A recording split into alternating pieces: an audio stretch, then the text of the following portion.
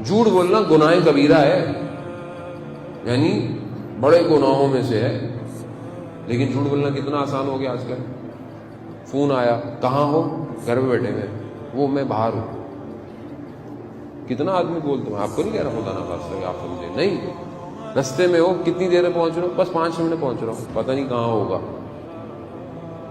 جھوٹ، گھر والوں سے جھوٹ، دوستوں سے جھوٹ، اور اچھا جھوٹ صرف زبان سے نہیں ہے کہ آپ بولیں گے میں زبان سے، آپ چیٹ کر رہے ہیں جھوٹ، سچ بتائیں، سچ کوئی بتاتا ہی نہیں۔ حتیٰ جب کوئی پوچھے کیا کر رہے ہو، آگے سے بولنا بولے کچھ نہیں کر رہا، یہ بھی جھوٹ ہے، کچھ تو کر رہے ہیں۔ یعنی اتنا نارمل ہو گیا ہے جھوٹ۔ اور گھر کے اندر اسی طرح آپ دیکھ لیں، گھر کے اندر، فیملی کے اندر، بہن بھائیوں کے درمیان میں، رشتہ داروں میں، محلے میں، گناہ کبیرہ کتنا نارمل ہو گیا ہے۔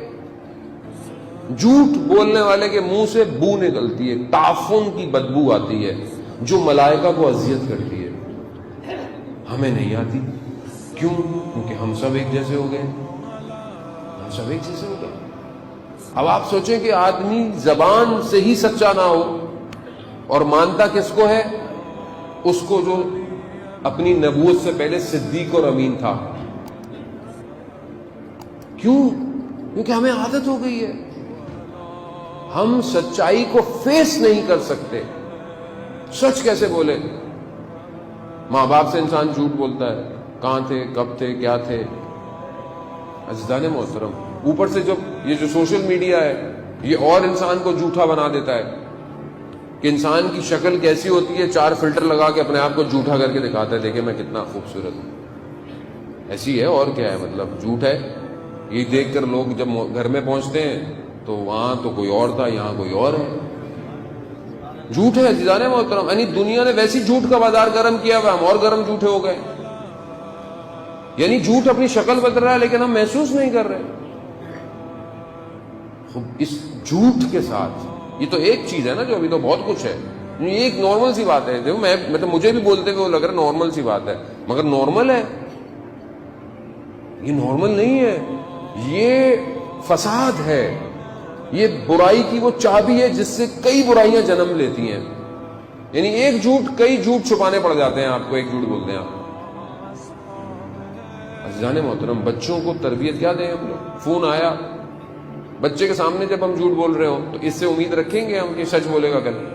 پھر جب اس سے پوچھتے ہیں کہاں تھے بیٹا، اس نے بھی گھما دیا آپ کو۔ یہ مطلب آپ جب بچے کے سامنے جھوٹ بول رہے ہو تو آپ بچہ جب آپ سے کچھ پوچھے گا وہ بھی جھوٹ بولے گا۔ اب آپ اس کو بولیں بیٹا سچ سچ بتاؤ، وہ دل میں بولے گا ابا آپ خود تو سچ سیکھنے بول رہے، میں کہاں سے بتاؤں آپ کو۔ جب کسی کا فون آیا جاننے والے کا، اماں نے بولو بیٹا نہیں یہ سو رہی ہیں، اب وہ بیچارہ کیا بولے، آپ اس کو تربیت یہی دے رہے ہیں، کاٹ دو، یہ کر دو۔ یعنی یہ جو آج سسٹم جیسا ہو گیا ہے اس نے ہمیں بہت نارمل کر لیا جانے محترم۔